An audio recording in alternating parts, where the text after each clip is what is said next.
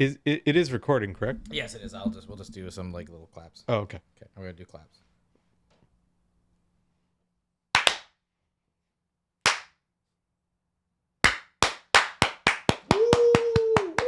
Welcome to Final Welcome Verdict. to Final Verdict. It's Benny and the Jets' Final Verdict. Final Verdict. Woo! Today, we changed the intro entirely. I'm Adam. Woo! Jamie and the Jets. And today we have a special guest, Dan. Dan. We have Dan Besser returning to the podcast. I'm also here. Dan, talking to the fucking mic this time, I swear to God. He's No. talking into the mic Okay, enough. that's good. Is it showing up loud enough? It needs to show up a little bit more. Okay. See, this is why you say, "Oh, you can't talk into the mic." Well, you can't talk directly into You the gotta mic. talk it'll be fine. We can pull it up.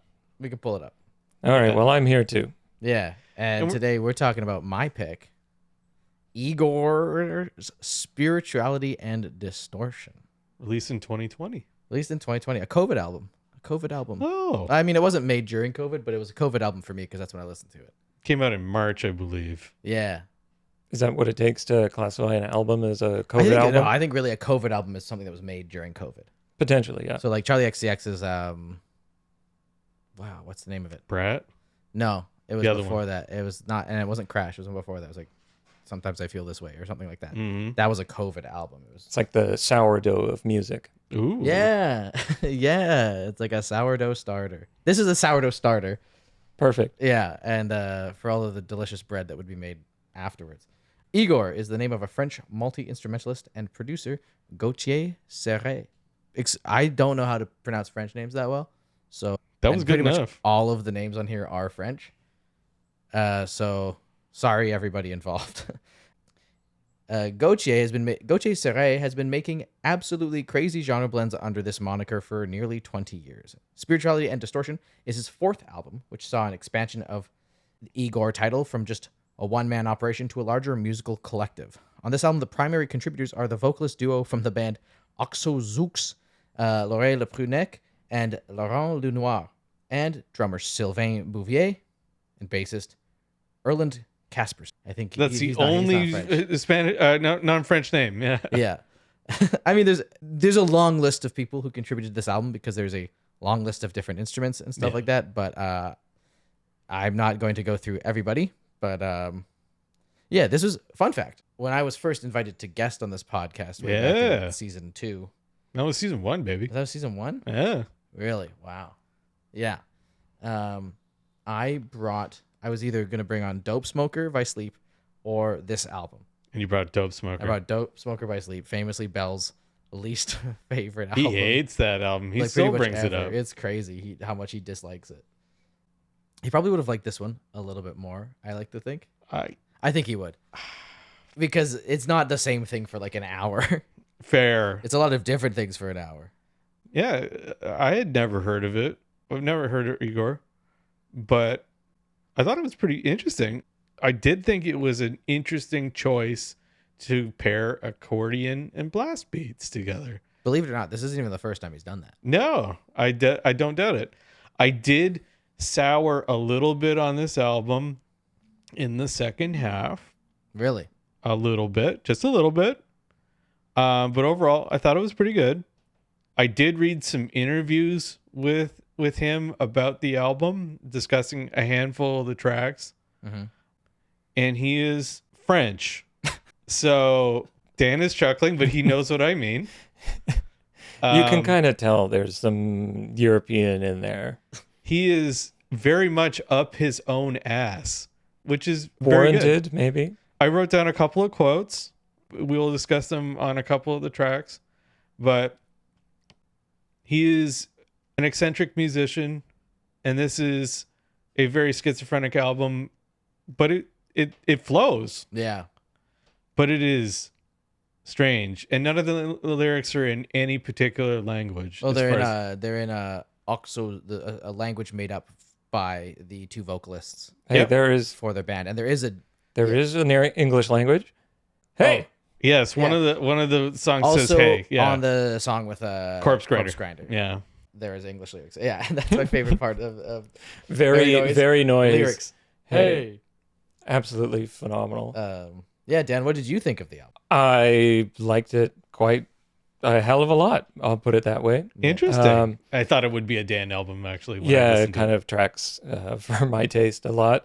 Obviously, Adam had shown me Very Noise ages ago. The music video for that is absolutely bonkers. But I'd never listened to the accompanying album surrounding it. My main kind of exposure to Igorrr was through Very Noise, and I expected most of it to be more akin to that. Close. And it is basically that, but with much more of a different genre mix. I really appreciated that the album wasn't just kind of a collection of songs. It really was kind of what I expect an album to be, which would be a experience start to front. You kind of listen to it in order, and everything kind of flowed into each other, and it was really nice. I really liked the genre mixing. Obviously, yeah, I definitely made some notes about the accordion and blast beats right in the center there. Multiple. There was some 8-bit stuff in there too, Yes. some chiptune. It goes into opera. Yeah, it's truly a grab bag of. But it all works. It's incredible how well he mixes them. Like, and I think Oh my God. kind of the core that he's like realized about a lot of these genres of music is that like things like opera and metal music, they're both incredible. They're like hyper emotional forms, right? Same with classical music as well. Like, Oh, very much so. right? They're not like people like all music. Obviously, all great music is emotional at some level and it expresses emotion. But there's things like Espresso by Sabrina Carpenter, which is emotional subtly. It's kind of it's a flirtatious track, but it is not like desperately clingingly horny, right? And like when you're dealing with like metal music or opera, you don't have subtle emotion, right? No. If it is sadness, it is grief, it is agony, it's despair. If it's anger, it's like it's ferocious rage, right? And kind of by nailing those threads of like it's going to be intensely emotional, intensely epic. He kind of is able to like navigate through all of like the Baroque music, the opera, the atmospheric Middle Eastern styles of music in here, and it like sounds surprisingly cohesive for being a truly disjointed Yes. musical project. There's also song structure is kind of like, yeah, okay, bud. You know, you never really know what's going to happen during a track, and they kind of morph and change sort of minute to minute. Something like Very Noise, or even just all of the tracks in general, must have taken an incredible amount of time, because normal songs you would write, I think songs are generally 2 songs in my experience. You have the not chorus and then the chorus, and maybe a break if people still make those these days. It's just one different bar after another for an entire hour, slipping in and out of different instrumentation, different genres, different mixes, different subversions of each of those styles, like, you know, polka, but then blast beats. Yeah. It's quite incredible. I think honestly, this is probably. So he really kind of blew up with his previous album when he got like kind of broke through and started becoming more popular. Was with his previous album, I believe it's called. Where is it? Savage Sinusoid. Savage Sinusoid, and it got a lot of attention because of its crazy genre blending, which he's been doing for a while. And if you liked the harsher and more intense elements of this album, I would totally recommend going to the previous album. It's a little bit less metal. This is probably his most metal project, but it's even more disjointed and crazy than this. And I think one thing that he kind of brought together, or where he really stepped up his game on this album, was in songwriting. A lot of these, while they are still taking crazy left turns, they do feel more cohesive as tracks. Each of the tracks does feel like a track. Yeah, exactly. Because there's some bands like I'll leave it like Between the Buried and Me, a band that I really enjoy. Oh, Where like you can listen to that too. album Yeah. and you can't really tell when the songs start or end. No, that is 1 hour of song that has cuts in it for the album names. Yeah. This is a song that flows into another song, but it is definitely its own individual piece. Yeah, it's a collect. Like they are cohesive statements. All of these tracks that do change from one another. So I think I was pretty impressed, and also the production Incredible. is so good on this album. I haven't really like listened to music on my monitors at home. And it was like, oh yeah, that's why I spent all this money on a home Right. studio so that I Right. could listen to music that was nice. And it was really good to just kind of sit back and listen to an album cover to cover and blast it. It's Yeah. great. Yeah. I thought the way they recorded a lot of the instruments was quite good. Oh, Like yeah. the cello and the harpsichord and all that come I in was very struggling, crisp. very, very crisp, very well produced. I was kind of struggling to figure out what was a digital instrument or not. They True. Yeah. they used this choir thing throughout the album. It's most prominent on Very Noise right in the center there, but it was also on the first track and a couple other ones. Obviously they have most likely actual choir, but it was this particularly digital choir. There was also some piano later in the album, and I couldn't quite place if that was an actual piano or not, or a combination of two. Yeah. So I watched. They have a making of documentary Mhm. on Oh, YouTube that I watched. That was really interesting. We'll probably drop tidbits rather than trying to summarize it, but a lot of the stuff on here is actually organic. I can imagine. But with very interesting recording techniques. And the processing is remarkable too. Yeah. Yeah. And it's always used differently. There was one track later on which had a bunch of vocals, and then they started chopping them and like heavily processing them, and then they didn't anymore. And it wasn't like, okay, this track we wrote a a verse and it has the chopped vocals, and then we'll just copy and paste that later in the song. It's like, oh no, we're going to do that for 2 bars and then never touch that type of processing again. It's like, oh okay, Yeah. what's going to happen? Yeah, seeing what the kind of experimentation they did in the recording process was really interesting. And also impressively, like the drumming on this album Oh my god, is like a guy. of course. Like there's very when break beats and other like and very when digital drums come in, they're always kind of very clearly sounding digital. Yes. Um because they're too perfect. or they're sampled. But from what I know, a lot of the times, sample drums in that kind of like level of professional recording, you do get the impulses from a real person. Yeah, And then you just these kind are of all replace them. triggered. Like Yeah. metal drummings are always heavily triggered and being heavily processed, and that's also this case.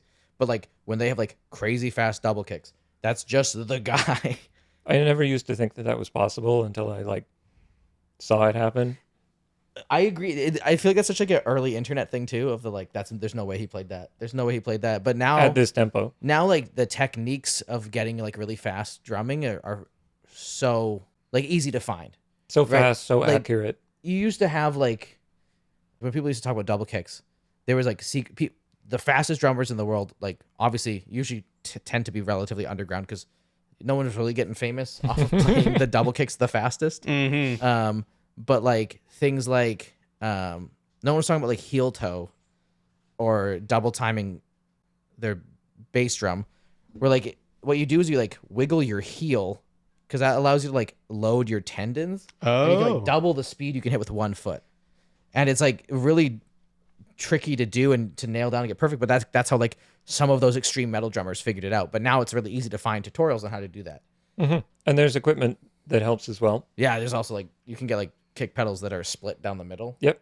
And then you oh yeah. So it you, has like two, you yeah. can play double time with one foot by pressing either half of it or both or of also it. the left foot with the connecting bars. Yeah. And then you could get ones that double hit, and then you just play those really fast, and it becomes quite ridiculous. Yeah. You still have to like, do it good. Yeah.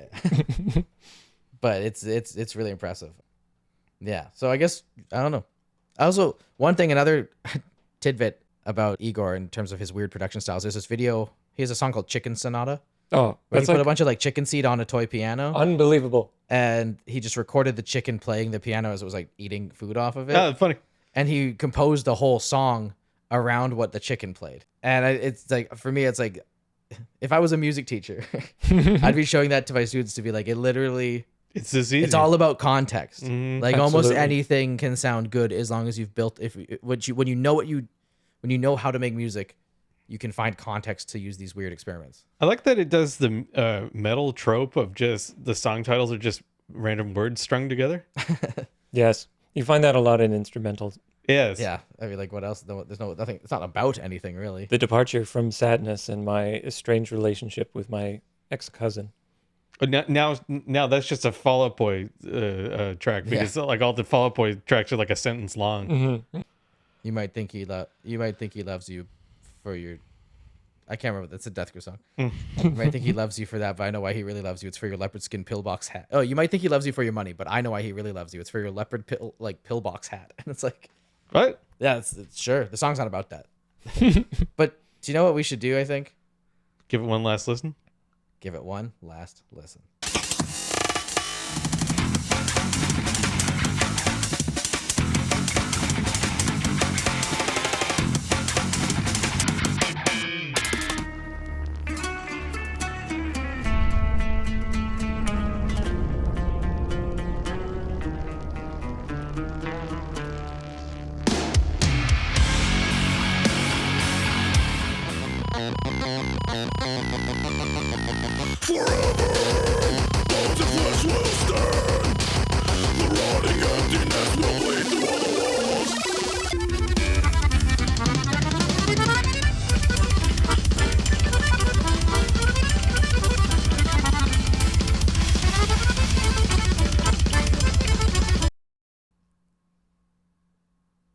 All right, we open up with atmospheric drone, then an oud. I thought oud? for sure we were gonna get a ba with a ba intro, and then it immediately changed. What do you mean a ba with the ba? You know, intro? haven't you ever heard the song "Ba with a Ba" by our friend Kid Rock? I wouldn't call him a friend. Um, Not even an acquaintance. I don't know really. him personally. it starts with this like hum chord or whatever Yeah. on a synth, and then it like slowly builds. But this one, you get the hum for like 5 seconds, then you get a song. Yeah. But I for sure thought we were gonna get a ba with a ba intro. Thank God we didn't get a ba with the ba intro. Instead, we get. I think it's pronounced an oud. Yes. It's a type of it's like a type of lute or lyre. I think that's like from the Middle East. It's a fretless lute. And I have a friend that plays the oud. the oud. Really? Yeah. Prove it. No, You got we friends actually in don't talk oud to her places? anymore. Oh. Oud places. So we get this I kind hate of this. cool, atmospheric, very Middle Eastern flair, and then you get this like kind of weird distortion before you drop right into this like heavy guitar riff, and the drums come in. I thought it was Spanish guitar, but when you tell me it's an oud, I believe you. You could a play oud, dude. Spanish guitar on an oud. Could you? State of mind. I follow a guy on TikTok who plays like modern music on like a lute, Mm. and it's really quite good. I mean, this album makes me want to bring out the accordion again. Please don't. I need to get an octave doubler and then throw the accordion through that. And I also need to get a talk box and then throw the accordion through that with the octave doubler. Bro, are you telling me is this how you come out that you're gonna be getting into pedals? I used to be into pedals. Oh, of course you were. Accordion shoegaze. It was actually my Moog Little Fatty with some shoegazy in there, which is a small keyboard analog synth. I love it. When I was Pedals a is like performing what a rabbit musician. Mhm. Pedals are what a rabbit hole pedals are. Oh my god, they're expensive. And also like the market, like they're kind of dumb now that like it's very easy to get access to various different DAWs and VSTs for them. Like Yeah, but I mean, if you're on stage, you kind of yeah, pedals. do yeah, I- you could just trigger them. You could just have a gotta- generic pedal that gotta have digitally pedals. triggers it. But it's not as cool as getting a specific circuit that's called dill pickle and it makes I your guitar still- go. It makes your guitar go wow wow wow wow wow. I want the Arby's one. Do RB, either of you and- guys follow Harp Lady on? Yeah. Yeah. She's very interesting about she's playing. So for people at home, Harp Lady plays an electric harp, and then she puts it through a whole bunch of pedals. She actually does a lot of work in video game music, Mm. but like she does a whole pedal review thing. But she does it with Goth Egg, Yeah. which I think is really fascinating. Mm-hmm. Anyway. They like basically mad because people kept confusing them because they both had the like They had that The streak in split their hair, hair. yeah. yeah. It turns out they both live in Long Island too, so that probably helped. Perfect. Yeah. After the ferocious intro with large guitars and heavy traditional like drums, we settle back down to hear the incredible operatic vocals from Laure Laure from Laure. The lower male vocals are Laurent Lenoir, and then the screams I think are Sarah, where he just goes ah. There's like one guy who just screams at the same pitch, and I'm pretty sure that's Sarah. It's always funny to me. And then when he does that scream at the end, we get the like distortion where they like mess with his vocals digitally, as well as the crazy break beats. It's a cool intro track, and it is not the craziest thing. It like kind of eases you into how weird the album's gonna get. It doesn't get better. Yeah, it doesn't get less weird. Apparently, for some of the big percussion hits on this track, they're just hitting a piece of metal scaffolding. I can see that. I want to be creative. Yeah, It's like the guy in Slipknot. Apparently, all you need to be creative is just a mallet and a microphone. You just go around hitting shit. See, this is my problem is I don't own a mallet. Fully work. Today's the day. We're getting a mallet. How much does a mallet cost on Amazon? It's like the guy who just hits the beer keg and Yeah, that can be your whole job. yeah. The thing is, I guess being creative would mean that you could find something that was an alternative to a mallet.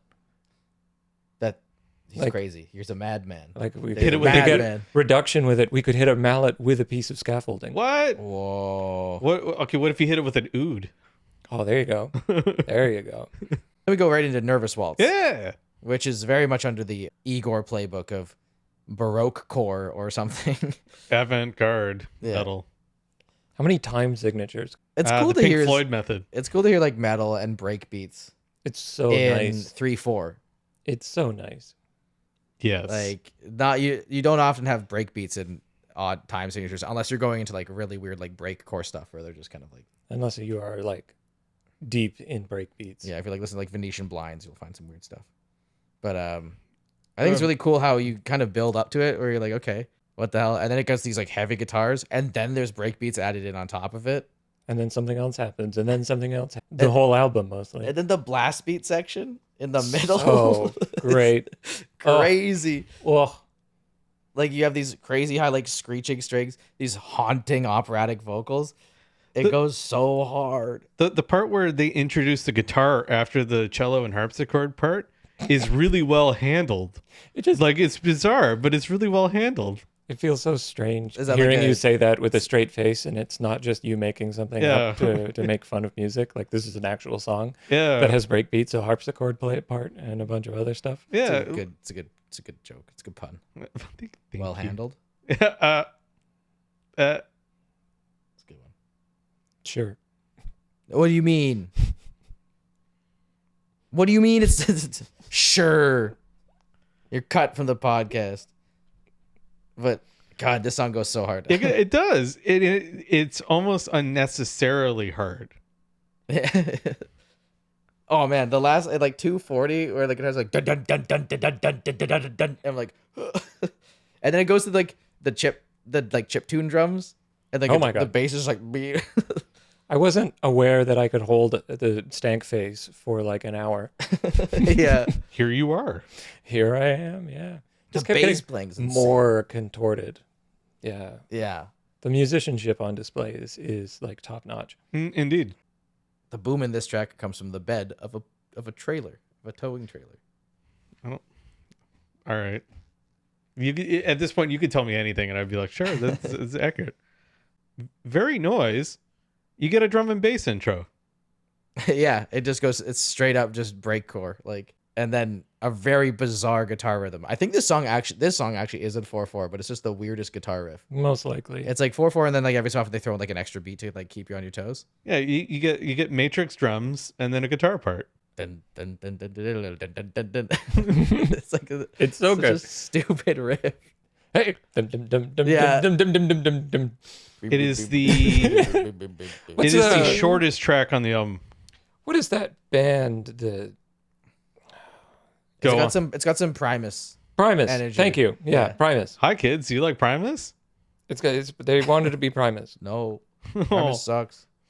Yes, Primus Yeah. sucks. Yes. Primus if it was good. This song has 15 million views, and that's because it has a really freaking weird music video. The music video is also Yes. incredible.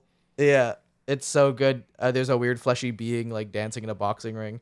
There's a dude. Some way to talk about Dan. The plane also dances. Yeah, the plane turns around. He's the plane. There's the grandpa on the exploding. It's like all of this is. We're not making anything up. All of this is in the video.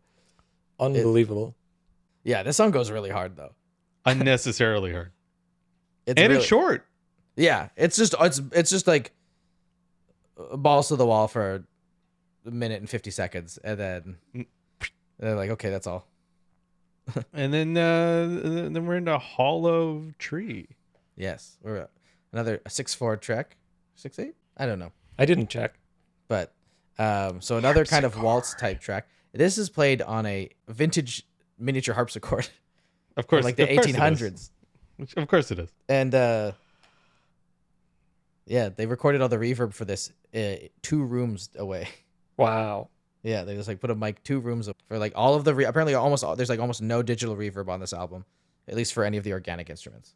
Oh, that's like, interesting, actually. Yeah, Simon and Garfunkel, I know, used an elevator shaft, for like Cecilia or whatever, for like that. something like that. And then, It might have been Sound of Silence, if that was even them, or I'm just. I mean, Zeppelin used like the Big stairwell. stairwell. Yeah. And then- Stairwell to Heaven. Yeah, literally. That was for When the Levee Breaks, but yeah, same album, but If yeah. there's a stairwell in your mansion, don't be alarmed now. Dan is beside himself. I don't know. I'm beside Adam. The Don't look Yeah. at me like that. shut up, Dan. The harpsichord to bassline pipeline on this track is stanky. Yeah. This one is like a nice, like kind of more atmospheric track after like kind of 2 crazier ones. It's structured well. you yeah. know? It's got this like little symphonic part around the middle, a minute rather, that Yeah. really breaks things up, and it also ends the song. Like the same part comes back. I liked it. It breaks up the 2 thoughts in the song because there's obviously 2. It's like 2 songs melded together, sort of. I guess. A little bit of dual concept in there. Yeah. But then we get to a banger. Camel Dance Floor. Ooh, I have a The quote. best track I've listened to that has ham boning in it in a long time. You need to listen to more ham boning. The like fleshy ham boning. It's like just hitting his stomach. Like it's every time I hear it, it makes me laugh. Here's a quote from the artist. To be perfectly honest, I'm sure that if a camel would have a human similar music sensibility and a taste for extreme music, Camel Dance Floor would perfectly be the soundtrack of his mind. 100%. I couldn't agree with that more. It's the most French interview I've ever heard. It's so artsy fartsy bullshit. This is what it would be like to be a camel. It's a little disappointing to hear that the guy's up his own ass. I don't think you can make this kind of music without being up your own ass. No, you can take it so unseriously. The Kojima method. The Kojima method, maybe. Mm, You know, he might not be up his own ass. As you said, he might just be French. yes, it is very difficult to tell people. Like they just how he was raised. Yeah. His culture. What a funky groove on this track. Yeah. And then they kind of hint at this, like kind of the black metal part of the track, where they just kind of hint it very shortly. And this is like a really cool blend of like the distorted digital drumming and rhythm with the natural. Like, God, this song's so cool. It's very interesting. It has the most listens on Spotify. Good. It's like 7.5 million plays, which is far and above the rest of the album, except for Downgrade Desert, which has 5. I find it so interesting because they have an idea and then they'll explore that for a bar or 2 and then just move on. Yes. Like most people just use that central idea and make a 3-minute track from it. The most consistent thing on this track is the repeating guitar part.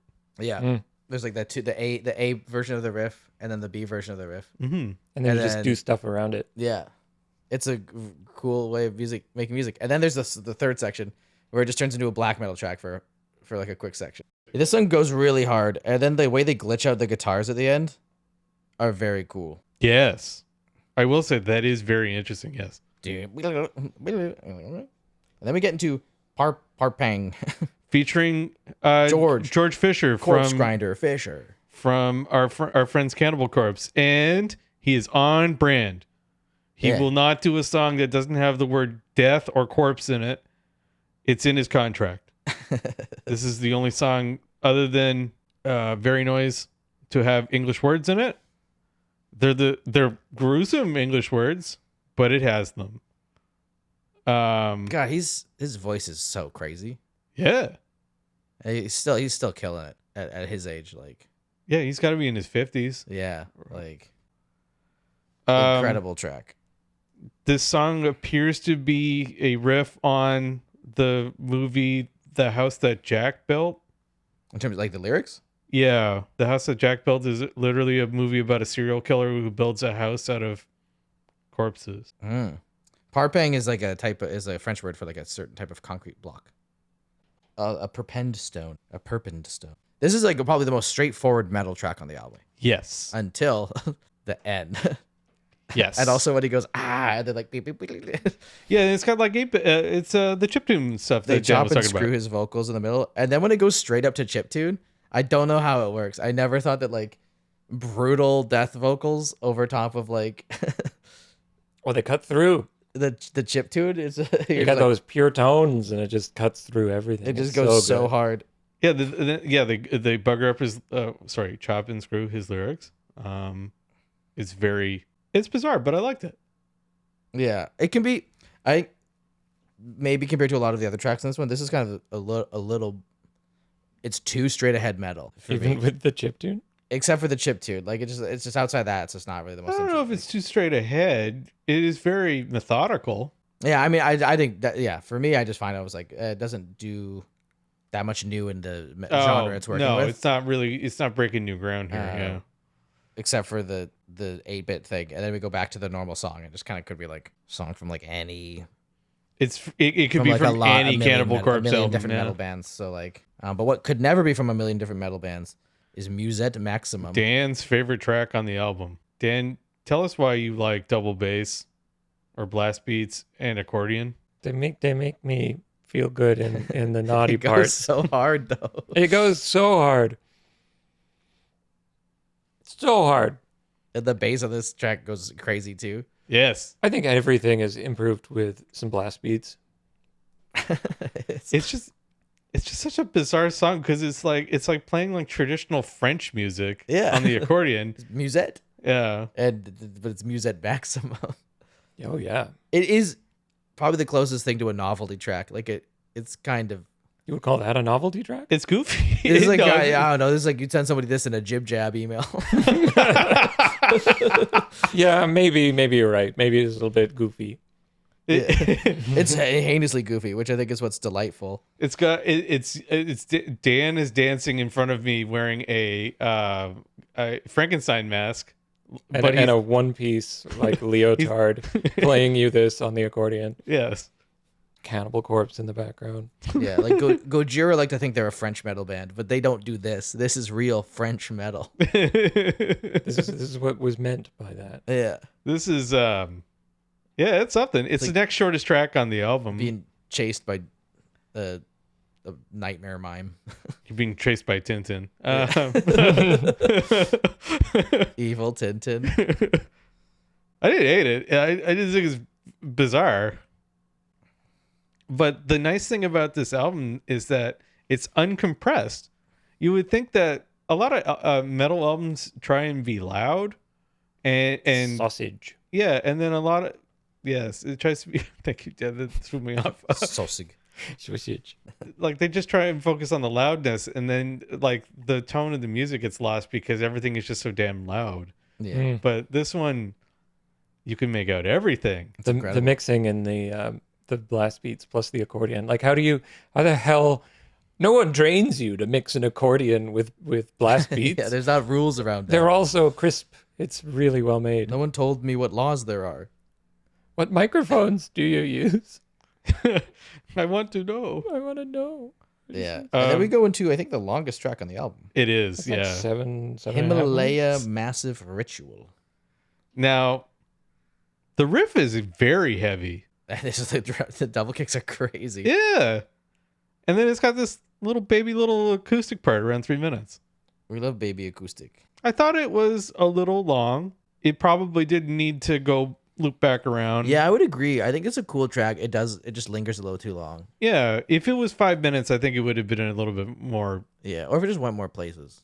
Yeah, give Like me it- 7 minutes yeah. of the accordion. I'll take 2 minutes of yeah. this. The next track, I did make a note that it doesn't really go anywhere.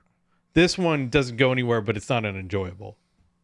Yeah, I think this is for me. Like, it's funny because people talk about this track, like really like this. Okay. I'm surprised because I find this track to be a little It's kind of boring. boring, just because I think it just repeats itself too much. Yes. If it was like 5 minutes or 4.5 or something, I think it would be got a cool song in your hand because there's a lot of great. The riffs are great. The vocals are amazing. The way it opens up Mm-hmm. in the middle is really cool. It just doesn't do a lot.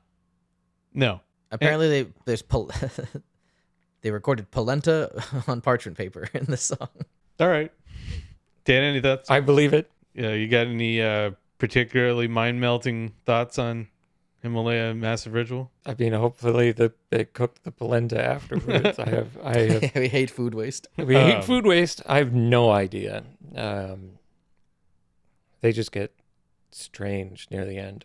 Remember, Final Verdict is a voyage of musical discovery akin to a book club.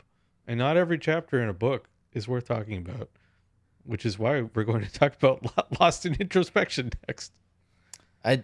Another cello. We got cello strings and yet another song. This is Yeah. another instance where I say hearing breakbeats outside of 4/4 is really cool. The song doesn't go anywhere. I like the song more than Himalayan Massive Ritual. I think the drama in it works a little bit better, and I think it's also the vocals are amazing. Mm-hmm.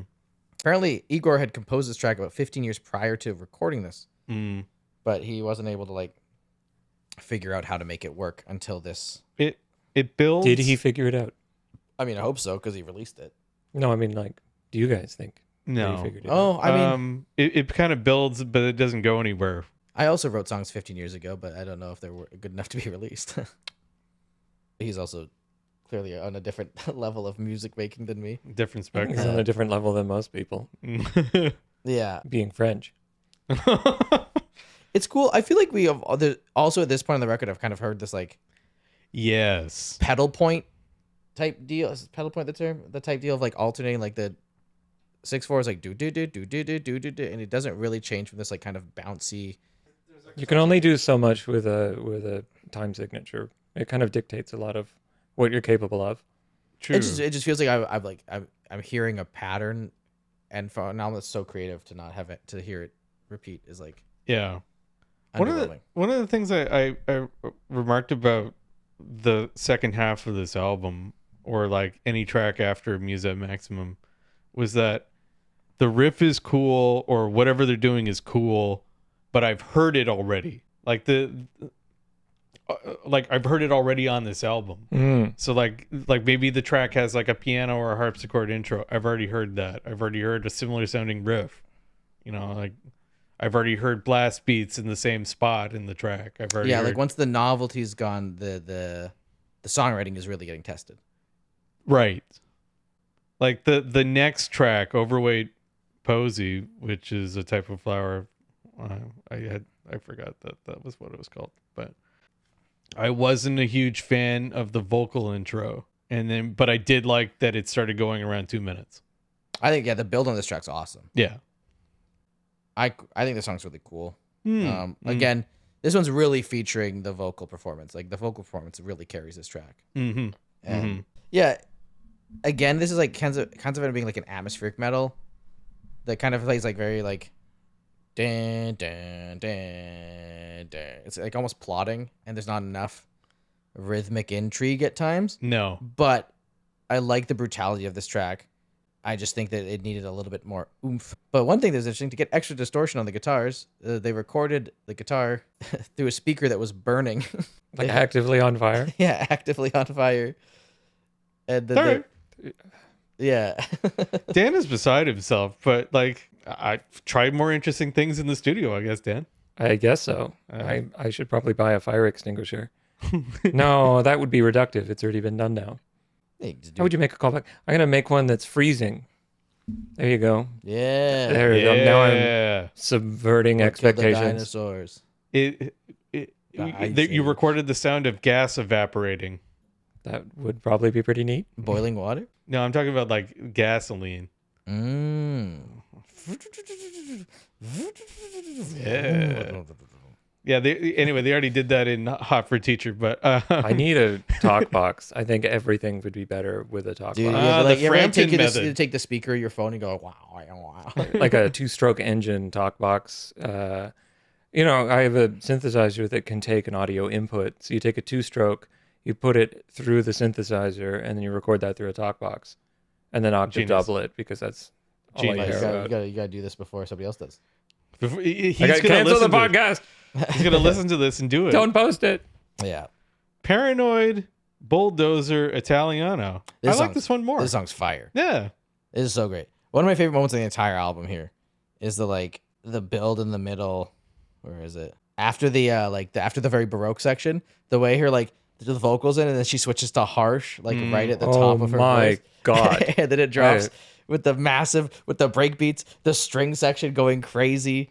So It's much frisson. So good. The name is like we went to a hipster deli, but the song is really good. Like the string harpsichord part are about 2 minutes and 15 seconds. It's really good. Absolutely The killer. vocals, very good. But Paranoid Bulldozer Italiano is a sandwich on brioche, I think. Really? That sounds great. I'm hungry now. It's got capicola on it. Ooh. Yeah, this one is one of the heaviest tracks on the album. Absolutely rips. It's relentless. Mm-hmm. It's dramatic. Mm-hmm. Keep going. It's so good. Absolute highlight. One of the best songs on the album for sure. I would definitely agree. I agree with Mr. Sondergaard here. The next track though, pretty sweet. I like the intro. Yeah, they close out. I think there's kind of a lull in the middle of this album, but the back 4 songs are all boom, Start boom, strong, boom, end boom, strong. boom. Yeah. Baracco Satani. The singing on this one really reminds me of the background tracks when you're on the map in Rome Total War, the original, because they're just singing in Latin, but it's like a female vocalist, just like something Romeo. Anyway, it does that for until he exhausts itself. But that's the vibe I got from this.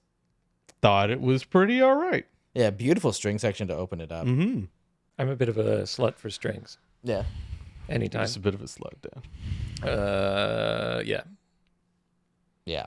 It's so cool. The song's dramatic. I like the psycho strings in the end with the blast beat. So it's like beep, beep, beep, beep. Very dramatic, huge. It takes the same elements that we've talked about, implements them in a great way. This is where I was like, at this point, none of the sounds are new on this track, but this is strong songwriting that's putting all these pieces together. And I think at this point, maybe if this was at the front of the album, you might go that's crazy that they're doing all this. But by this part of the album, you're like, okay, I understand all of the disparate elements. They may have run out of instruments at this point. Yeah, they used all of them. The all oud of instruments. Oh, no, I hate it. An oodle of instruments. Polyphonic Rust is I like it, but I feel like I've heard a variation of it in all the previous songs. Fair. Now, wouldn't that not contribute to the cohesiveness? Or by this point in the album, are we just really, really wanting them to? I think it allows you to settle into a vibe across the whole album. Certainly. And I think that there's enough, obviously there's not new sounds to discuss, but I think that the way they've assembled it is still really great on this album. And the fact that it feels so normal now I think it's almost the crazy part is that the first time you listen to this album, you go what the hell is this? And then by the time you get to the back half, it somehow is it doesn't do anything to surprise you outside of just giving you solid songs. Mm-hmm. So I think it's almost the come down of that. They become normalized. Yeah, but it's what makes this album have staying power in terms of wanting to re-listen to it. And re-listen to it cover to cover. Yeah, because there's a lot of albums where sometimes they slap you across the face with I've never heard something like this before. Yes. That's crazy, but then it kind of wears out, and you're kind of just okay, that was novel. This totally could have run. This album totally runs the risk of being novel, and not good. Yeah, so you mean it's a curiosity rather than a Contentious statement. Trout Mask Replica by Captain Beefheart that album sucks. is novel. It is not, but I wouldn't call it good. No, yes. Okay, so for people at home, Trout Mask Replica is an album of mostly avant-garde and very strange music, all cobbled together. like most Captain Beefheart stuff.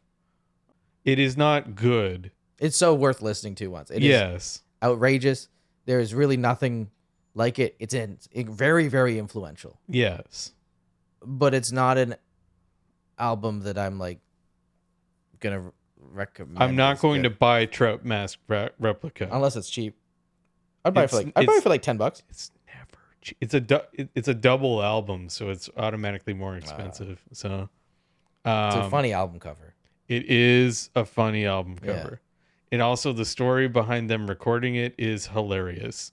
They like rented a house and basically starved themselves to death because they didn't have any money, and then tried to learn how to play music while they were recording the album. That's so cool. Like that's so cool. Like that's such a, what a pitch for. You gotta hear how that sounds, right? It sounds like it sounded bad. Well, do you remember what was that girl group where the father was Shags? like the Shags? Yeah, and they're just bad. Yeah, because they're Their father was a lunatic. and like forced them to practice, but they like weren't allowed to listen to normal music. And then like 3 months after they had like learned their instruments, he's like, we gotta get that they're gonna be huge. Because like somebody had told him that like a horoscope or something that's like your children will be famous. So he's like, well, I need my children to get famous. So he like made them record, and it was like obviously they don't know how to make music. Yeah, and Really, really cool album. I would love to own that album. So like It's- the dog tooth of a band. The what? Yorgos Lanthimos dog. Yeah, yeah. Children trapped in a complex, never allowed to see the outside world. Oh, true enough. Yes. Yeah, kind of. I'm sorry. Yeah, I didn't pick up on that reference right away. Thank you. And like the music's terrible because they don't know the rules. They're of not music. playing in because they weren't time. really he like basically made them practice. He did not teach them music. They're not playing together.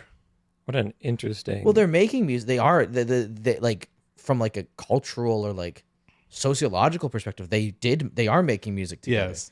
But they had no idea of the classical and normal forms of music really. They don't have a beat, and they don't know how to stay on the not beat. And they don't know the rules of songwriting, so they write really bizarre Yeah. rhythms and lines. It's such a cool listen. Yeah. It's novel as all hell, novel. There's that word right? again. Yeah. It's very unique. It's interesting. It's inspiring because it's one of those things where you just go like, And then they never it's did the any- nature versus nurture thing, right? Of Yeah. like what would the music that somebody would make would sound if they had never heard music before? Mm. Mm-hmm.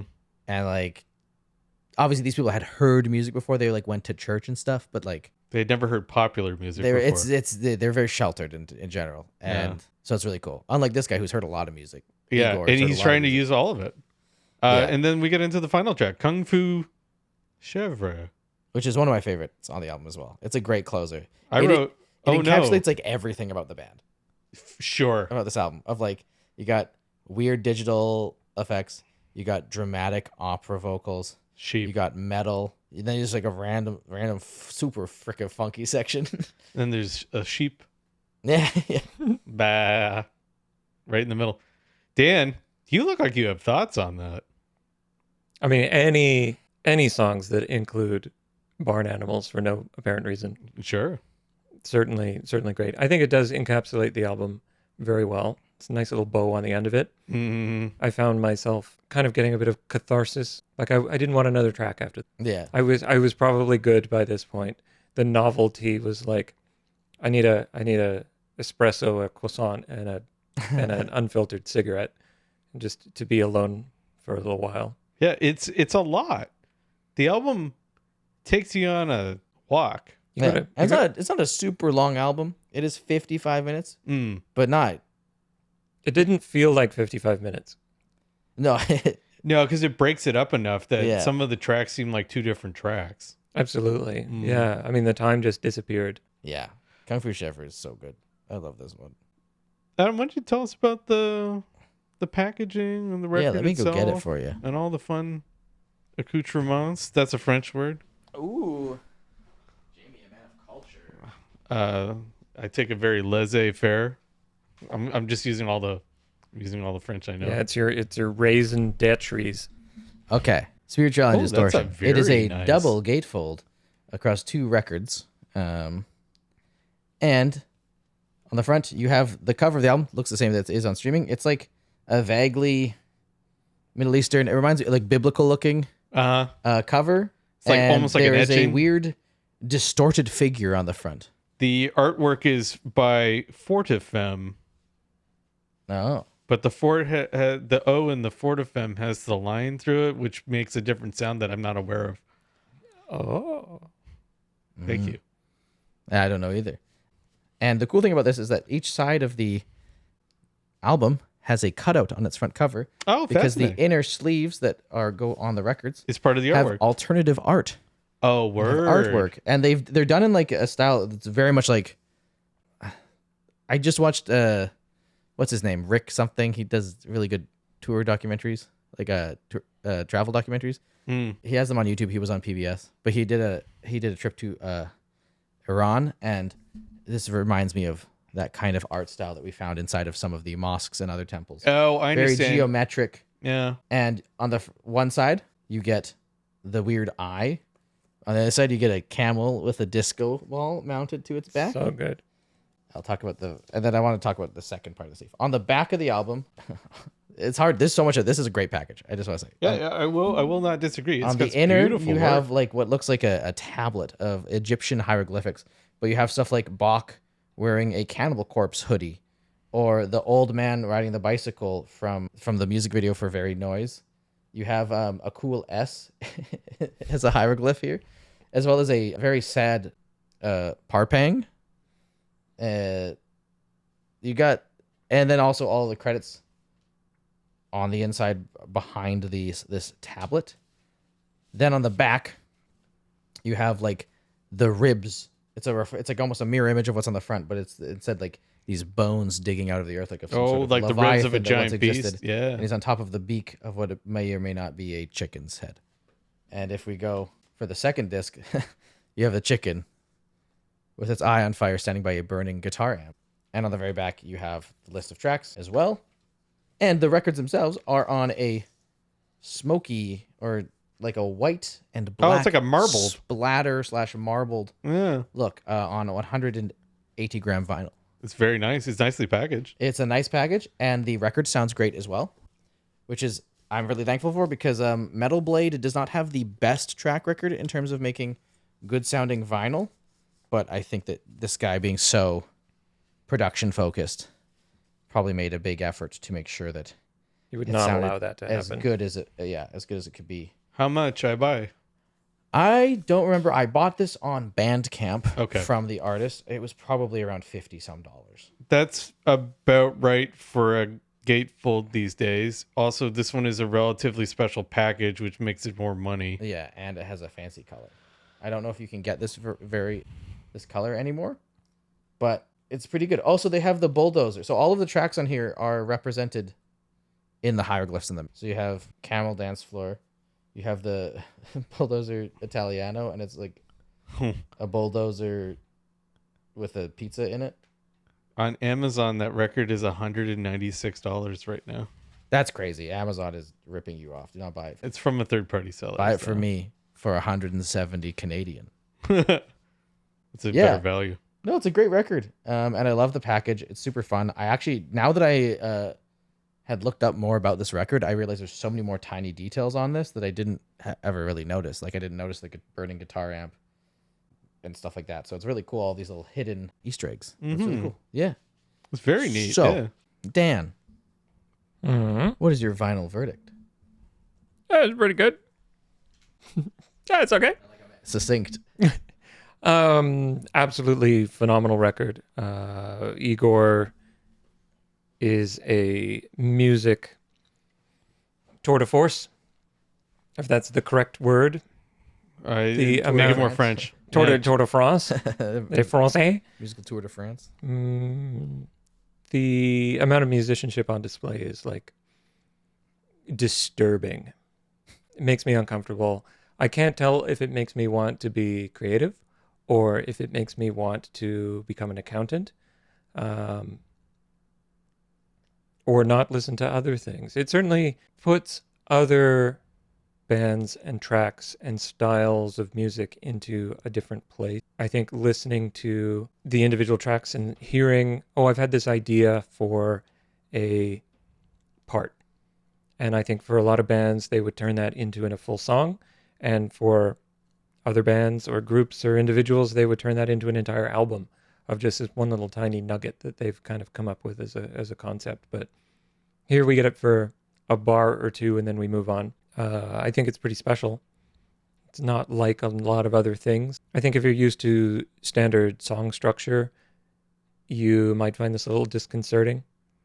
I think if you don't enjoy a wide variety of music and you're more like, I'm a metal person, or, I like classical music, it's probably not for you, because there's going to be a hell of a lot of genre smushing, and that's probably going to cause you problems. But for somebody like me who likes music that sounds good, absolutely work of art. It's funny. Adam brings this up every time I make a pick, and he says it's easy to pick a great album every time if you only collect the best albums of all time. Yep. That's like cheating. Yeah. But yeah, I thought this album was really interesting. I ended up putting it in, but I believe I put it in the 4th spot. But I thought it was special. I thought it was very interesting. Occasionally we cover albums on here that are just like weird for the sake of being weird, or like this wasn't a weird album. No, it's not by Weird Al at all. You're right. Weird AI. Weird Al bum. But stop. But I just thought it's kind of hard to describe what I liked about it, but I thought it was different enough that it was worth a second listen. So I've had it on rotation, quite a bit actually. Trying to dissect it. Sorry, I put it actually in the 3rd spot. Ooh. I put it above Vampire Weekend and below Dire Straits. But I know how I feel about that. it's well, remember we re-rank things at the end of the year anyway, so it can move up or down. Now, last year my top track or top album was another Adam pick, which was also a metal album. I don't know. Maybe things move around. Who knows? I'm getting Jamie. I'm turning Jamie into a metalhead. Well, I like metal, but I like a lot of genres of music. There's a lot of things I like about certain things, and there's a lot of things I don't like about certain things. But I love your specificity. Thank you. I guess it depends on the mood you're in too. The stuff was good. Yeah. Well, thank you. Excellent commentary. Excellent music. This is why we're not a music commentary podcast. We're like a book club. Adam, what'd you think? What was your pick? I mean, I brought it on, so I liked it. But I mean, did we you picked like albums it? Before that we didn't like, right? Did you want to pick albums. smooch it? I brought this on just because I think it's such an interesting album. There's a lot to talk about. I also think that it's the diversity of sounds makes it almost disarming in a sense. Like, I think a lot of people when it comes to metal music, will put their defenses up, especially if they know that they don't like harsh vocals and stuff like this. And this has not that many harsh vocals. No, but I love the harsh vocals. The harsh vocals are great. But if you're somebody who's if that's not something that for a lot of people, that is the hard thing to get over in terms of getting into more metal music is harsh vocals. But this album's so disarming in its weirdness that you kind of just go okay, I'm just gonna experience it. Sounds like another instrument at this point. Yeah. It's nominally a metal album, but it's also an exploration of multiple other disparate.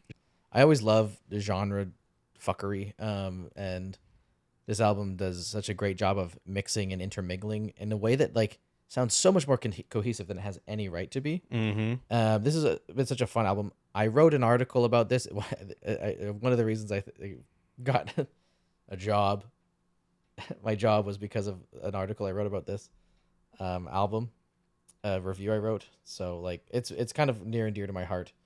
Super fun time. I think that obviously there's it's a little long. Some tracks could use a little bit more variety, which is hard to say. It's crazy. It sounds like a crazy complaint on an album that is so truly full of different experimentations. But it's a songwriting thing, and for the most part, the songwriting is really tight. But sometimes it's just a little bit too straight ahead for me, and not doing enough interesting stuff, which is crazy to say. It sounds so crazy to say that about this album. But yeah, I like this album. Super fun. I love showing it to people and seeing what they think about it. For me, I've put it in the 4th spot, underneath Harvest by Neil Young and above Begonia's Powder Blue. Interesting. Yeah. That's an interesting weighting. Yeah, sure. I like the other albums more.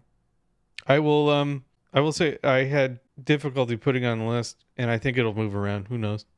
The beauty of our podcast is that it is fluid, and it's all for fun, and the points don't matter. I also think that maybe I'm at the point where I've like listened to this to the point that Fair. I've listened to this album a lot. I was really, really into it. It was somewhat first came novel out. to me because I had never heard it before. Because I have some albums that I like absolutely love and treasure Mhm. that I like just don't ever put on anymore. I've like listened to them to the like I need like I need like 5 years off of listening to some albums. Talking Book. Hmm? I've listened to Talking Book Oh, too much. yeah. Yeah, I've like kind of worn myself out on songs in the key of life, Yeah. which like Which sucks because that's a great album. I mean that's why I listened to it to the point that I was like I don't need to listen. Again, I'm collecting, done. collecting albums is easy if you only collect the best albums of all time. And if you collect only Stevie Wonder's best albums, Like yeah, on Talking Book. Breakfast in America. great album. That's not a Stevie Wonder album, but I'm just talking a about good good try. albums. Good albums. yeah. Breakfast in America, maybe We got to one of- cover Stevie Wonder. Oh, absolutely. We will cover Whether it's Stevie Wonder. Intervision's Talking Book or if we give ourselves more time and we want to do Songs in the Key of Life, I would love Great album. albums. It's more Jean-Luc It's a Ponty. double album plus an additional like EP. single, Yeah. and all of it is good. It's hard to It's find a like- bad song. There's like no skips on it. He had a wild run there. Like that 3 or 4 album run was incredible. Yeah. Yeah. It Huge remains legend. incredible. Anyways, Thanks for listening this time. yeah, thanks so much for Dan. Yeah. Thanks so much to Dan. Thank you, Dan. You're, Thanks, Dan. You're welcome, I think. Dan, thank you. Okay. Thank you, Dan. Wow. Thank you. See you Dan, next thank time. Bye. And thank you wow. Thanks, Dan. Goodbye now. Goodbye. Bye.